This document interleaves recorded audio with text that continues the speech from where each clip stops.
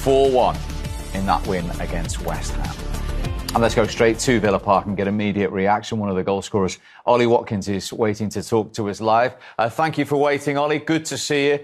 Well, Villa Park, 11 home league wins in a row. How good is it to play at home at the moment? Yeah, it's really nice. I feel like whenever we go into each game, we're confident. We have a clear game plan of what we're going to do, and we've made it a tough place to come for teams. Another goal for you today. How important was that after West Ham just got a little bit back into it at 2-1? Yeah, I feel like I scored at a crucial time. Give us a little bit of breathing space because they came out and started well and also put a lot of pressure on us. So I think the goal came at a crucial time, and yeah, happy to score that one. You thumped that one home, didn't you? Yeah, I just thought hit it hard towards the keeper, high towards the keeper, and see if he can save it. And it's nice to see it go in the top corner. So yeah, I'm happy with that one. Hi Ollie, it's Owen Hargreaves. I think you saw me on my phone there earlier. You know what? I was actually checking your stats. 5 goals. 5 assists. No, for real, I was. 5 goals, 5 assists. Oh, okay. They're brilliant numbers. And we were just looking as well. You got 17 goals at home in 4 games.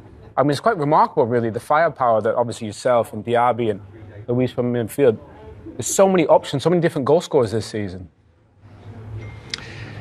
Yeah, it's nice. It doesn't put too much pressure on me and Musa to always score. Obviously, that's what we want to do. That's what we're trying to achieve. But if we don't, we know that people like Dougie and Guinea and Leon are going to pop up with some goals. So it's nice that all the team are scoring, and yeah, it's a bonus that me and Musa are too. Ollie, have you ever played better than the period you're having at the moment? I think my all-round play and actually, simple answer, no, I don't think so. I feel like I know what to do in a lot of situations. I feel comfortable. I know I'm going to get chances in every game. Maybe some other games I've not felt like I would get chances early on in my Villa career in every game. So now I feel confident. I know what I'm going to do when I get onto the pitch, and I have a real belief in my teammates that they're gonna get me the ball in the situations that I want to be in. You've been outstanding, mate, and you've had a great week. Which is the most important goal to you? The one against Australia or this one today? Tough question, but represent your country is always an honour. It's something I've not got to do many times, but when I have, I've cherished the moments, and scoring in front of your family and scoring for your country is something that you never forget. So I've had a great week, and long may it continue.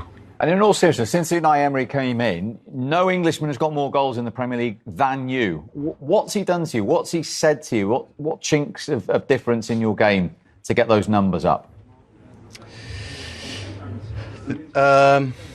He's very demanding, every day.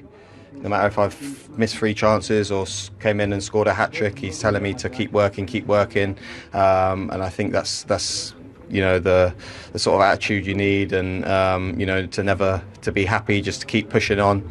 And then there's a coach I work with called Rodri who works on specific movements, watches the team we're going to play against and tells me which movements to do and where I'm going to get my chances. So he does that, and it often happens. So I think I'm going to ask him for the lottery numbers soon. Well, he did his job today, and so did you. Another thumping win. Thank you very much. Well played, Ollie. Thank you. Cheers, well guys. done, mate. Ollie Watkins live for you from Villa Park. And when they've got him in that kind of form, anything's possible for Villa into the top 5. He's such a good foil for him, because even when he's not scoring goals, he's going to work hard. He runs the lines. We said before that Unai Emery's told him to keep in the width for the goal. You're going to get more chances, a little bit more selfish in his play. But he also works so hard out of possession for the side. When the opposition back players have it, he tries to just keep them penned in. He speeds up their play.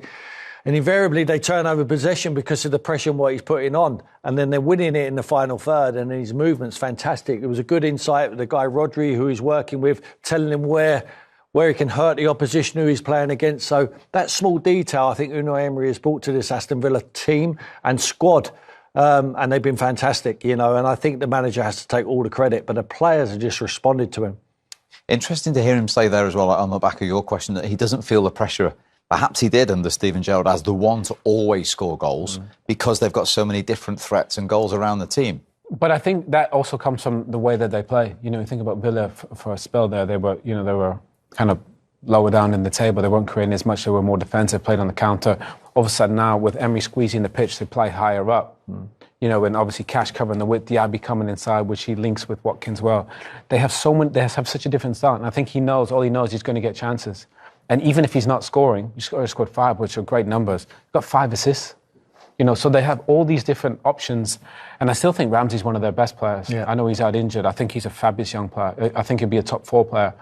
You know, and I think about the goalkeeper, the defence is super solid. I mean, they're signing players they would have never, ever had the opportunity to sign. Spanish international and Torres. Douglas Luiz is a Brazilian international. Emi Martinez is an Argentinian international. Diaby's a French international. Tillemans. All of a sudden now they got players that, with the utmost respect to Villa, you know, they wouldn't have been fishing in that pool before for these, you know, top internationals. And all of a sudden now... Wish there was. But they've got all of a sudden a great squad to go with all those the British-based players as well. So credit Unai Emery, the job that he's done. They're a European side, without question. The only question is, can they sneak into the Champions League? If they keep doing what they're doing, what we saw today, Tim, you don't want to play against them. No, it can hurt any team. They're going to use the party poopers. You know, for the likes of it, it's not a walk in the park to go there. Villa Park is a difficult place to go. It can beat anyone. Really believe it. In the squad, they believe that they can beat anyone.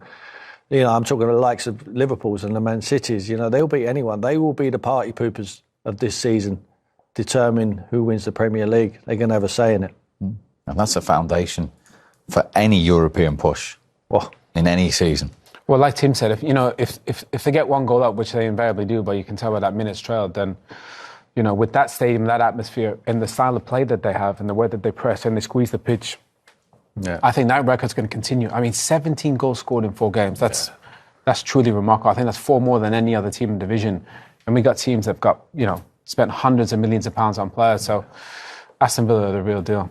They've got to keep it going. You know, it's really important they do keep it going because, like I say, that place is electric. When the place is jumping, when you're winning football matches, it's bouncing. The difficulty comes when the expectancy is there, they lose a few games, and it's a difficult environment to play in.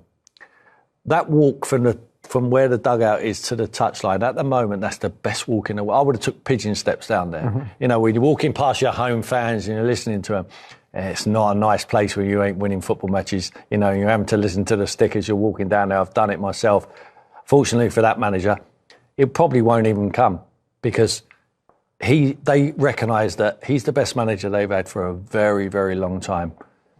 Owen's right. The group of players, what they've recruited, are excellent as well. But the manager deserves the good players because he's shown that he has a style of play and he has a structure which will take a club forward. Very experienced manager, very underrated manager as well. Let's go right back to the beginning then. Douglas Luiz got 2 goals today. His first one came from this. Yeah, and to be fair, Moussa Diaby was probably the best player on the pitch. The positions that he took up in the game just caused so many issues. You see him in the central, they get it wide. But this is what they do really well. They get bodies in the box. They're patient. You know, they're not just smashing it in there, just waiting. You know, they're being patient. Little cut back there into Watkins. Little set for Luiz at the edge of the box. And he's a brilliant finisher, Tim. I mean, he's just instinctively seeing him. If you look at Ollie, he don't really pick his head up. He just sees him at the corner of his eye. Paquetá is daydreaming. He just lets Douglas Luiz drift off him. Look, there, see Ollie? Just out the corner of his eye. He sticks it in that area. Paquetá's 10 yards away from him now. Defensively not good enough. Luiz just middle of the goal. It's an easy finish for him. He gets a little deflection. But I think it's really good play from Ollie Watkins here because he's got his head down. He really wants to try and get a shot off. And he loses control of it and he just toes it into the pathway of Douglas Luiz and it's a good finish. But David Moyes will be disappointed with his midfield player there because he has to be diligent on his defending work. He wants to play when he's got the ball, that boy, and he's got all the talent in the world. But if you're not responsible defensively, you end up costing your team. And he did on that occasion, and as we'll see, he cost him again later on in the game. That's why you play 3 midfield.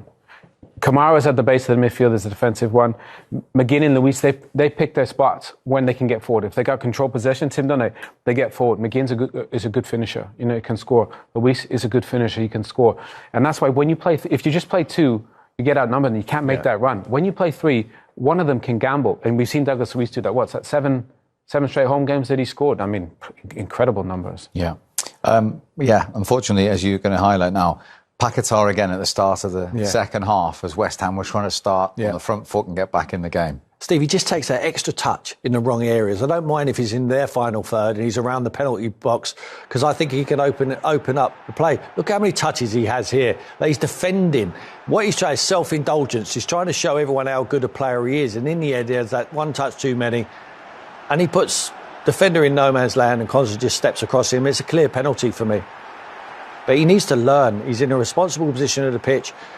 But the way I would solve that problem, I'll give him a free roll in the final third. You're asking him to come back to do a job what he's not really capable of doing. He doesn't really want to do it. So keep him at the high end of the field. And I think David Moyes has to look at that, because in the end, it will cost you. Yeah, I mean, a couple goals to cost you. Normally we see him scoring and creating on kind of the other end of the pitch, but he wants to play. He wants to take a lot of touches. I think on that clip they took 9. 9 to do nothing, to pass it back. So in the end, sometimes you just got to get it up the channel. We see Villa do that. They get up to Watkins early, get up to Diaby early. Yeah. But Paquetá, he's a fabulous player, and because he's not quick, he wants to slow the game down and take touches. But Tim makes a great point. Don't let him get back in there. Make him play high. Make him play off Antonio. And then he's not going to cause any issues back there. He saves his energy that way as well, doesn't he? Yeah. Because we know how effective he can be. I mean, Pep Guardiola and Man City, they're not courting him for any other reason that he's a very, very good player. But I guarantee you, if he played to Man City, you wouldn't see him in the defensive half of his field. He would be playing at the other end of the field, and he'd be opening up defenders with his passing, with his dribbling, with his range. And at the moment, they're asking him to do too much. He's playing on that side. He's chasing Matty Cash back. He's getting bored because he's not having many touches of the ball. And when he does have too many, he costs his team, because he's puts them in trouble. Now, at Stamford Bridge yesterday, we saw Raheem Sterling trying to come across and take the penalty ahead of Cole Palmer. We saw something similar here with Lucas Dean. Well, he's asking the captain. What's the saying? If you don't ask, you don't get. Short shrift from John McGinn. Yeah, no, go away. That's why you have a captain. He says, go away. And look, Douglas, I don't think he don't really miss. He's such a stable penalty taker. I like his run up. Makes his mind up. And that's a brilliant penalty. But look, the lads are always going to ask. But that's why you got a captain, because he says no. Are they though? I mean, from a managerial point of view, you know who's taking the penalties before you kick off, don't you? Yeah, it's unnecessary, that conversation what they had. I'm not sure what Dini is saying at all, because as you come out of the dressing room, you know who's taking the free kicks, you know who's taking the penalties. The organisation is done, especially for an Unai Emery side. They would know every small detail to the finer point. And I think he's just clouding the waters there. I'll just stick to the plan. The plan is that Douglas Luiz takes the penalties. Let him take it. And the captain, as Owen says, did the right thing. Now, West Ham did get a foothold back in the game, a little fortuitously. Jarrod Bowen's 100th senior career goal. He's always a threat, isn't he, Gerard? I mean, he's continually working hard for the side. It wasn't his best day, and it wasn't West Ham's best day. But Paquetá goes higher up the field. You see him like the highest player there forward. That's where he should be. Jarrod picks it up, and he just tries to get a shot off. Speculative, gets a lucky deflection off Torres and flies past the goalkeeper. But it's very, very fortunate. But from there on in, they had the towels up a little bit, and it could have gone a different way. The one thing I would say is that first touch that he takes here, watch this, he takes it back inside. That's class. That moment allowed him to dictate, right, I'm going to get a shot off. The first touch is gets it out of his feet, sets it, bang. And that's why Jarrod is such a good finisher, because his first touch sets him up. A lot of people would take that touch and just stop it dead, and then the moment's kind of gone. Whereas that one, he has a picture. He's left foot, he knows, right, get it across there.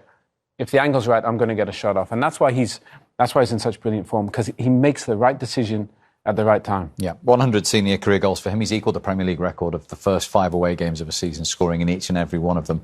But just over a quarter of an hour later, it was Ollie Watkins who we've just spoken to, and this was game over from this point of view. From Villa's own penalty area. Bit fortunate. with that, and as soon as it falls to John McGinn, look at the weight of that pass. Ollie Watkins already on his way. As a midfield player, when you pick that ball up and you get your head up, all you want to see is the number of your striker running away from you, and you can just stick it into that space. Look at how quickly he recognises it, Ollie. Look, he's on his way. Now there's absolutely no chance. And Zuma gets back to him. He does the right thing by keeping him on his left foot. As Ollie said when we spoke to him, he knew there was only one place he could score, and that was high into the net. He sticks that one in the postage stamp. So it's a fantastic finish from him. I thought he was going to come back in on his right side. But, when he keeps showing the things like this, Steve, the next person who defends him, they don't know where to show him. If he hits one off his left like that, we see time and time again when he cuts in on his right side, now they don't know what to do. You know who that reminded me of? That reminded me of Son. I think Son's the best player in the Premier League with both feet, finishing with both feet. That was Son. Clean. Step over, bang, top of the net. The thing is, before, we've seen a lot of players be way one-footed, come in on the right. Watkins doesn't really need to worry about that. He made that harder by going left, but actually, because he's so comfy going even to his left side, it makes it really difficult to defend him. Is the difference there now? It's just because he's full of confidence, that's just instinctive. He's not really thinking about it. Yeah, and we showed with the clips what he scored already this season. With the confidence, you're scoring goals, international appearance, scoring a goal. He's buzzing at the moment. I mean, like he said himself, he's never been in this sort of period, but he needs to keep it going because that's what top players do. They continually, consistent basis, keep scoring. Know every time they put that shirt on, they're going to score a goal. He feels like that at the moment. He needs to keep it going. But he's full of confidence and he's working on his game. He's working hard on his game. He doesn't feel like he's at the ceiling at the moment. And he's absolutely not. He can still learn. He's still a young man. He's got plenty of time. I think he's been good with injuries as well. He's working with a top manager at the moment. So onwards and upwards for Ollie Watkins. I really think this is a start for him. I know he's been around for a long time now. He's gained that experience. But from here, at the very top level, he needs to start moving upwards. And I think he's capable of doing it. Well, I mentioned the impact and the goals under Unai Emery. 17 Premier League goals since he took charge before today. He's added another one of those, 18. Put in 9 assists as well. Yeah. So since Unai Emery took charge in terms of goal contributions, only Mo Salah and Erling Haaland are ahead of him. Yeah, Tim used an interesting word, and it took it right out of my head. I don't think he has a ceiling. I really don't. I don't think Ollie Watkins has a ceiling. He can just keep on improving. I think we pigeonhole players because of where they've come from. Where they've played. We think, can he really? Can he go up? Can he go up? Ollie Watkins showing, I can be the guy. He was sharing that load with Danny Ings for a while, and we weren't really sure who was the guy. Now Ollie Watkins is showing you, I can be the guy. But I do think Tim's right. I think he's at the starting point. I don't think he's going to get worse. If anything, I think he's going to get better because you can tell he's a confident boy, can go both ways. He's as explosive as anyone in the division. He's a good finisher. He's got 5 assists, as many assists as he's got goals. I actually don't see a weakness in his game. And in terms of a tournament next summer, he's just scored for England. He's been away from that squad for 19 months. Yeah. If every Englishman doesn't want this, but if anything did happen to Harry Kane, there's a spot very much up for grabs there, isn't there? For me, he's next in line. He is at the moment, yeah. I think he's next in line. You've got a lot of players like a Marshall Rashford who wants to play off the left-hand side. You have that. Jarrod Bowen plays off the right-hand side. I think Ollie can play down the middle. He can play down the middle on his own, which is very important in that England team because you stick a number 10 in behind him. So, no, we're in good hands. Hopefully, touch wood, that Harry Kane doesn't get injured because we know what a difference he can make. I think with Ollie, if he can tidy up the chances where you think he should score, like when Harry Kane gets a chance in front of goal, like in the penalty spot, like Ollie did in the first half and he screws it wide to the post, if he can start scoring them goals, because he scores an awful lot of goals when you think, well, that's going to be a difficult chance. There's a half chance. But he manages to get goals like that, like his goal, what he scored today. If he can tidy up that play, and I think he needs to work on that, and I think you've got an all-round complete striker. You both mentioned the strength in depth. Leon Bailey came off the bench. 13 minutes later, he made it 4, put the icing on the cake. Yeah, I really like him. He's such a good player, can play so many different positions. Again, he's kind of taken up that Diaby position now. What a little drop of the shoulder there on Agad. And these guys pick up positions to him where it's really difficult. The centre-backs aren't sure, the full-backs aren't sure. Is he yours, is he mine? But what a chop that is. Yeah. And for me, Tielemans' pass.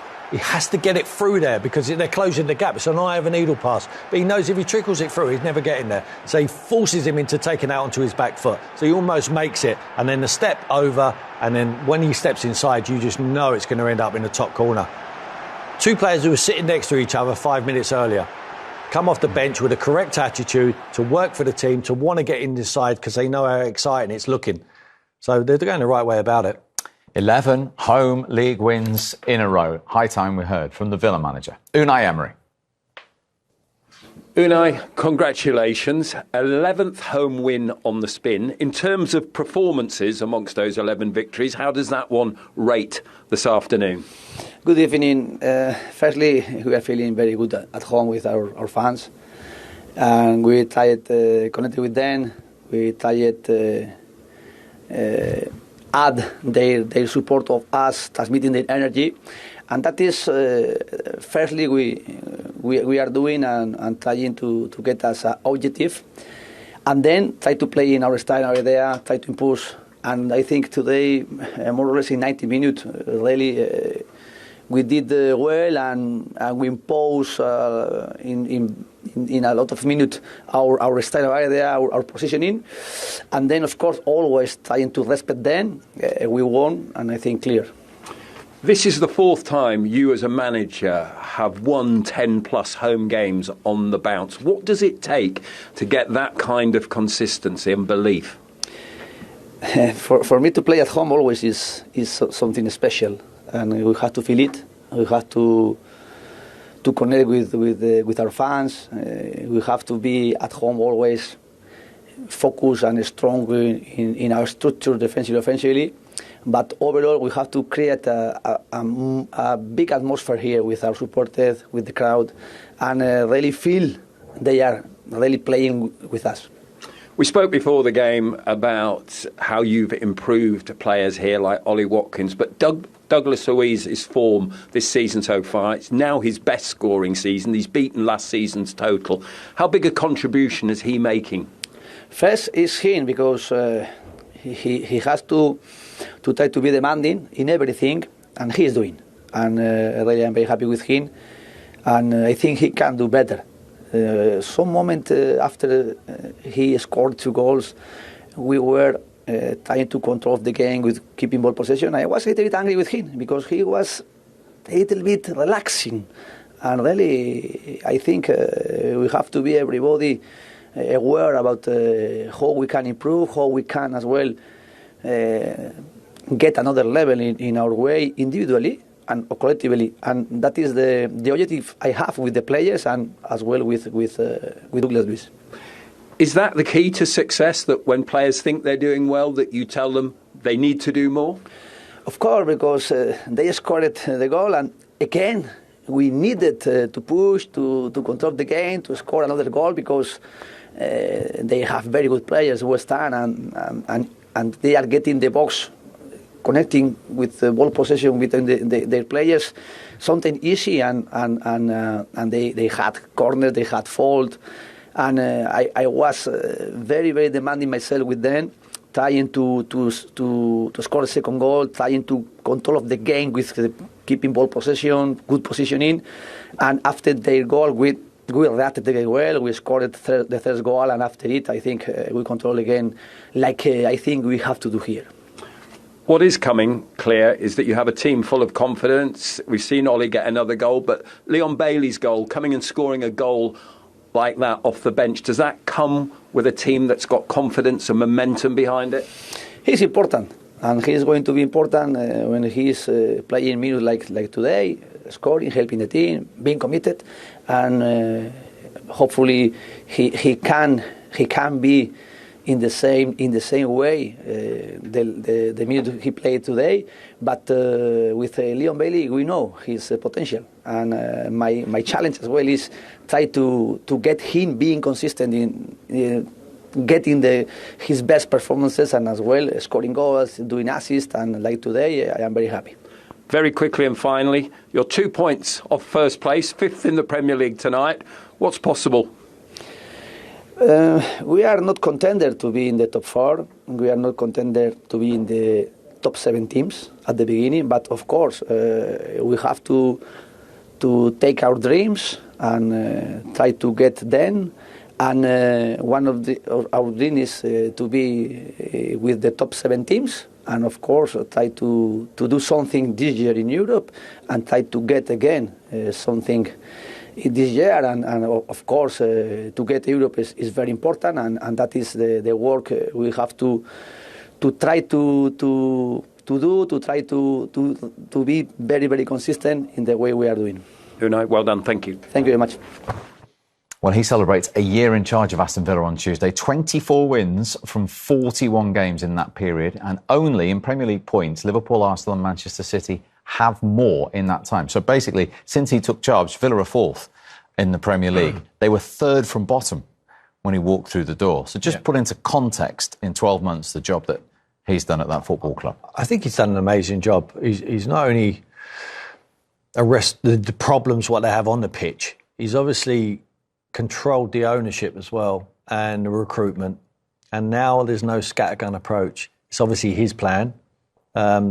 He's gained the trust from the people who make the decisions that he knows what he's doing. He clearly does, and he's shown that in a quick space of time.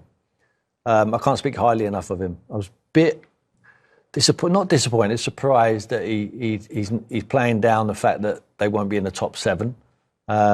We were sort of talking about it off air there. I just think possibly he should be looking higher. When you look at the squad of players, what they actually got at the moment, and the finances, what the club actually have, and the support which is behind that club, I think top 4 is a bit high, but I think that they're capable of being in the top 6. I really do. I mean, who's going to finish above them? Even with the demands of the Thursdays in Europe, if we're thinking they're going to go like West Ham did last year, deep in that competition. We're talking about a master, aren't we, of European... Yeah, 4 European trophies. Yeah, he knows what he's doing in this regard. I noticed in the first couple of games what they've had, he shuffles the pack. You know, he lets the squad have a game. And he knows full well that even with the squad dipping into the squad, they can still win the games to qualify to the next stage. So it's really encouraging for Aston Villa. I think they've got a top manager there and they need to keep hold of him. I'm with Tim. 7th last year. They won't finish lower than that. The only problem is we used to say it was a big 4. Now all of a sudden it's become a big 6. And plus Brighton. So it's hard to break. Hang on. I think the Newcastle fans are shouting at the screen. And no, they're kind of in the mixer. Are you including them in the big 6? Yeah. You've relegated someone from the big 6, have you? United, by the sounds of it. No, they'll be back. They'll be back. Careful, Owen. They'll be back. Just for clarification, who is in your big 6? Well, obviously the best team is, we got City, we got Arsenal, we got Liverpool. United, we thought we were going to be there for, but obviously Chelsea have kind of fallen away. You relegated Chelsea? No, you're not relegated, but they're going a different direction with Poch and a young group of players. Okay. So yesterday was a big result. I think this Villa team, I see them being, 6 at least. But the problem is to break into the top 4 is hard because you need hundreds of millions in probably 3 or 4 years. You look at the teams that are in there, with Klopp and, Pep, and they've been around, they've been together for a long time. I think if these guys stay together for a long time and spend the money wisely, Champions League is a realistic ambition. Now, that man had a chance to go to Newcastle. Mm-hmm. When he turned that down, everyone thought he was quite stupid to do that. I mean, he's proved that he's made the correct decision. He obviously spoke to the owners. He realised where he wanted to go. I'm not saying Newcastle are going in a different direction. They're doing brilliantly. I think they've got the manager which suits them in Eddie Howe. And I think Unai Emery suits Aston Villa. So I couldn't tell you who's going to finish higher out of them two. I can put Tottenham in there as well. And Tottenham are even better than what Villa are doing at the moment. They found a perfect manager for them, as it looks, up to 9 games.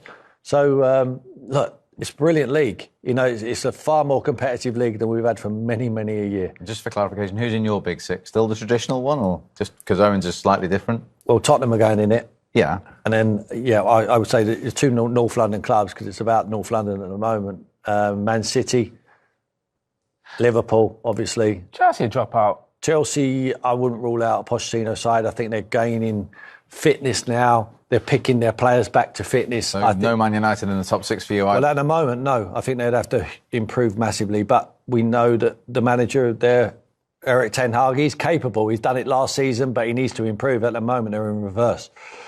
Let's just have short-term a look at what's coming up for Villa in this rich vein form where they just keep on winning. Luton at home next, then a trip to Forest and Fulham, Spurs, Bournemouth, and then, of course, I guess the acid test in December. 2 fixtures in 4 days there, both at Villa Park, though, where they just keep winning, City and Arsenal. Yeah, so win. Tottenham would be tough, be a fabulous game. but I think they can pick him off because, I love the way Ange plays, but that Villa side with the way they play, they'll get chances. Yeah. Bournemouth will be, obviously, in City and Arsenal. If you go into those games with confidence, that side's going to be hard to break down. Brilliant goalkeeper, great defence. Midfield's one of the most underrated in the league. And they got lethal finishers at the top of the pitch. So no, they're in a perfect spot to go cause some noise. I said they would be party poopers. When they play City and Arsenal, they will not lose both of them games. Not like you to make a statement, Tim. Mm-hmm. Well, we'll come back on the tapes in a few weeks' time and see what's happened. Right, the other side of the story, of course, is a 4-1 defeat today for West Ham and their manager, David Moyes. David, obviously a disappointing afternoon for you. What didn't happen from your perspective? Lots of things didn't happen. We weren't as resolute defensively as we have been. Harder to play against. But by the way, we're playing against a really good Aston Villa team at the moment. But nevertheless, we didn't do well in the final third today. We had opportunities to pick people out, and the first half when we had quite a few chances and we didn't really make any count.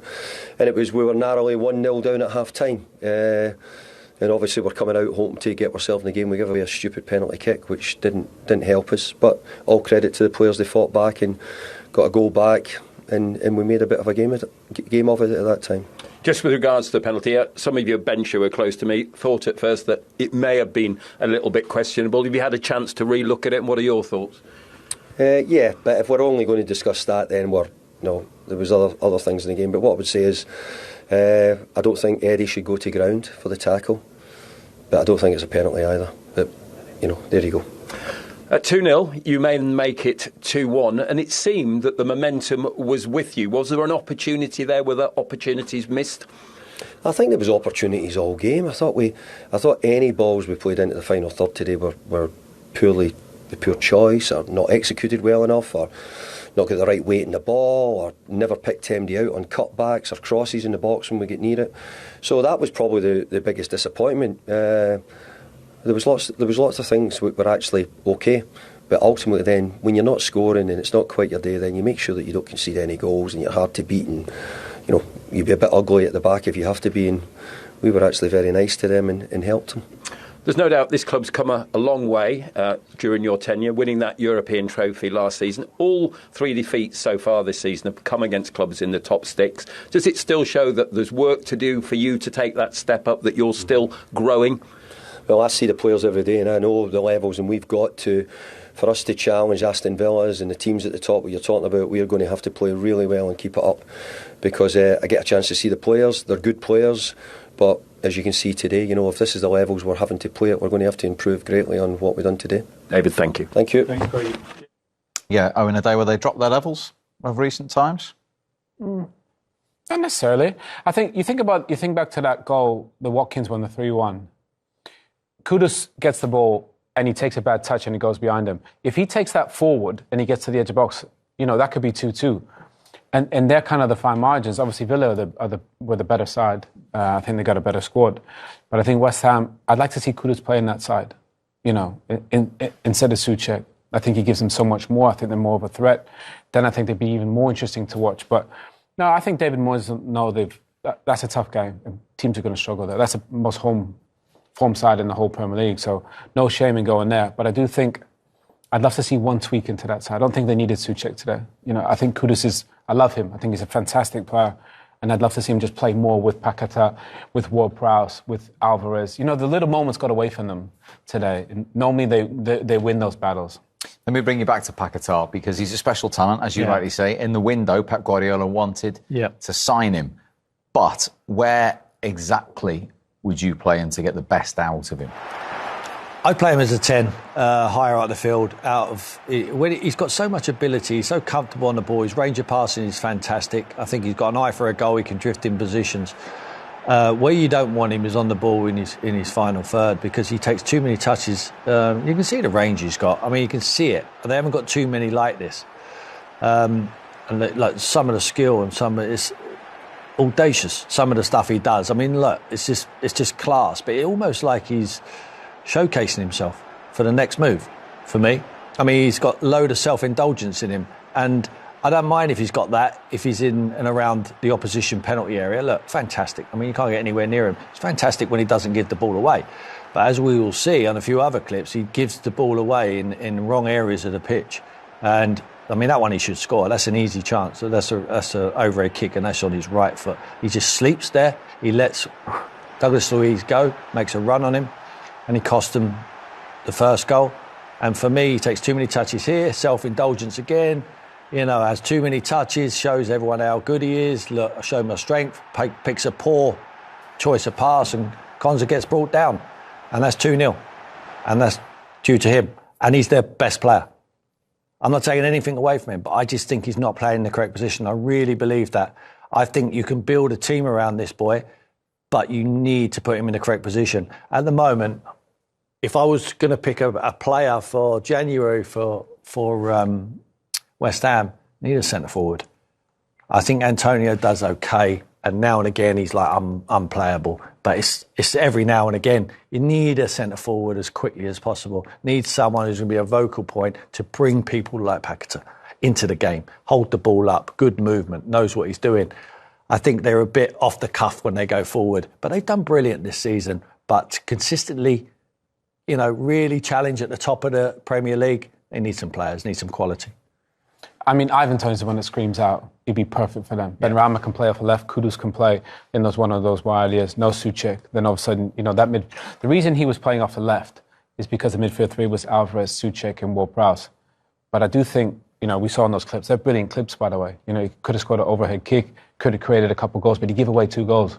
He's way too good a player to be giving away 2 goals. So I think we'd love to see him play central, everything run through him. He's the big fish in there, everything runs through him. And I think Moyes has got the players there. You know, Ben Rama, maybe get a Tony in if you could. But Kudus, I think, has just got to get into that side. And then allow Paquetá to play central. He's easily their best player. Just run it around him. OK, so Aston Villa into the top 5.